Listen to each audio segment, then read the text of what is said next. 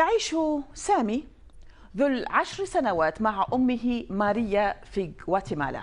قصته تعود لعام 2009 عندما تعرفت ماريا أمه على سليمان بن عبد العزيز الراجحي الطالب السعودي المبتعث حينها في الولايات المتحدة، وكان سليمان يبلغ من العمر 24 عاما.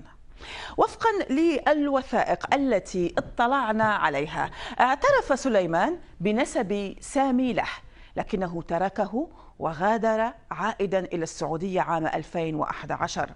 ذلك الأمر أجبر ماريا وهي من غواتيمالا على العودة إلى بلدها لرعاية ابنها مع أسرتها. اعتراف سليمان بابنه سلب من ماريا حضانة سامي الكاملة. Basically, when he signed the paperwork, make it very difficult for us because we cannot do anything without his permission. Actually, Sammy has to pay a fine for every day that we are here in Guatemala. And the fine is around $3 per day. But if you sum up for all of the days that he has been illegal in here, it's a lot of money. Actually, when we traveled on December of last year, I had to go to human rights. I have to ask for permission. I have to prove that Suleiman was not in contact with him, that we didn't know anything about him.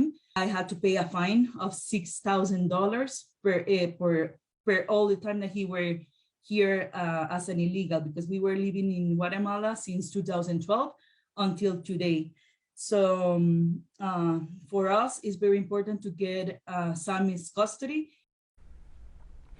حاولنا في ترندنج التواصل مع سليمان الراجحي للتعليق، ولكن لم نستطع الوصول إليه. سامي ليس الطفل الوحيد الذي تركه والده السعودي.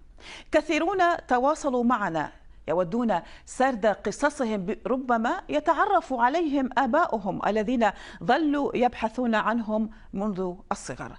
جاريد موريسون مثلا، أمريكي عمره 46 عاما، تعرفت أمه كارين في السبعينيات على والده الذي قدم من السعودية لدراسة إدارة الأعمال في جامعة بورتلاند بولاية أوريغون. بحسب جاريد، تزوجت أمه وفقا للشريعة الإسلامية، ولكن ليس لديه ما يثبت ذلك. فر والده فور معرفته بحمل كارين، وترك خلفه جاريد يبحث عن والده طوال العقود الماضية. هذا كلامه. Looking for acknowledgement, I was looking for understanding, spent thousands and thousands and thousands of hours searching databases. And I finally found a cell phone number for him in Riyadh. So his birthday rolls around, wake up really early in the morning, dial the number. He says, "Who's calling?" And then instead of hanging up, he finally says, "What do you want?" And I said, "Well, sir, I've been searching for you for a long time. I just want to meet my father." And then I kind of just laid it out. I said, "Do you ever have any intention or desire on knowing me?" And this is where it just was like a baseball bat to the forehead to me. He says, "I'm very sorry, but no." عبر هذه المدونة اسمها أطفال سعوديون مهجورون، نشر كثيرون قصصهم. عشرات القصص والصور حملت أسماء عائلات سعودية مرموقة. كان العامل المشترك بين تلك القصص هو أنهم جميعا أبناء لسعوديين جاءوا للدراسة بالجامعات الأمريكية خلال ال5 عقود الماضية. ربما يبلغ بعض هؤلاء الآباء المذكورين 70 عاما الآن. تواصلنا مع القائمين على هذه المدونة، فانهالت علينا طلبات من أمهات وأبناء يريدون رواية قصصهم. مريم هيكسون تقول إنها ولدت لأب سعودي، جاء ليدرس في جامعة لويفيل بكنتاكي في السبعينيات، وتعرف حينها على والدتها. My mother were in love. They lived together. They shared the same home. They had an Arabic ceremony, and they had me. And my father said that he would have to go back to Saudi Arabia, but that he would return one day, and he never did. I've been longing to know him my whole life. My mom passed away in 1998, and then I basically had nobody.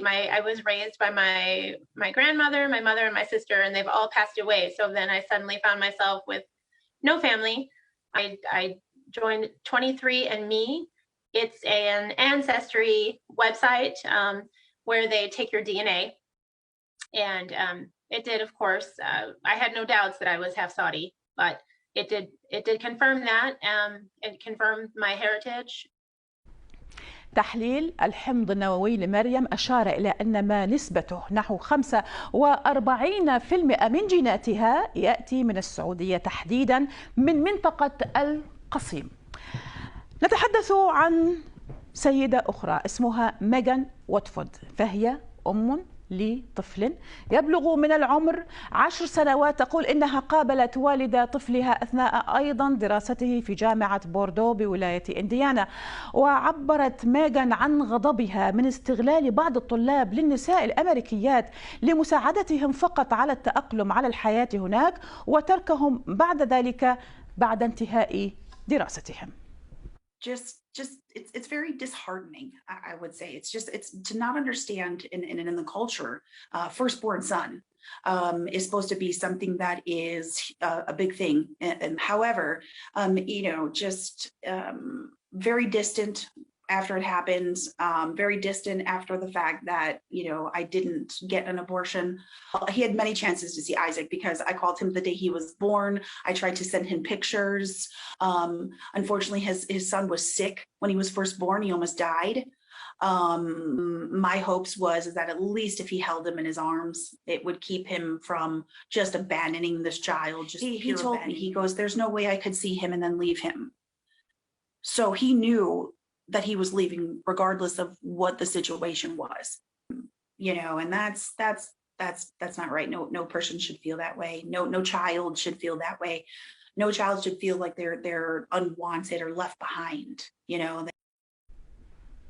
شاهدينا كل من سردنا قصصهم قالوا إنهم لجأوا إلى السفارة السعودية في واشنطن بحثا عن حل أو حتى للتواصل مع الآباء الفارين، لكن السفارة رفضت مساعدتهم. أرسلنا إلى السفارة للرد ولكن لم يصلنا رد حتى الآن. إذن يبدو أن تلك القضايا ستظل عالقة ويظل الأبناء والبنات المهجورون متأثرين بوضعهم الذي لا يستطيعون تغييره.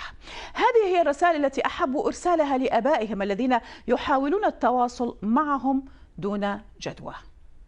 Yo quisiera conocer a mi papá, hablar con él, convivir, hacer algo, pasar tiempo con él.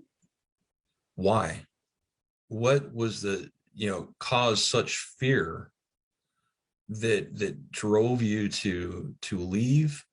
I think about what my life would have been had he been in it, and I would just love to give him a hug and tell him that, I am here, and I would like to know him. Your child is a kind-hearted, sweet, loving boy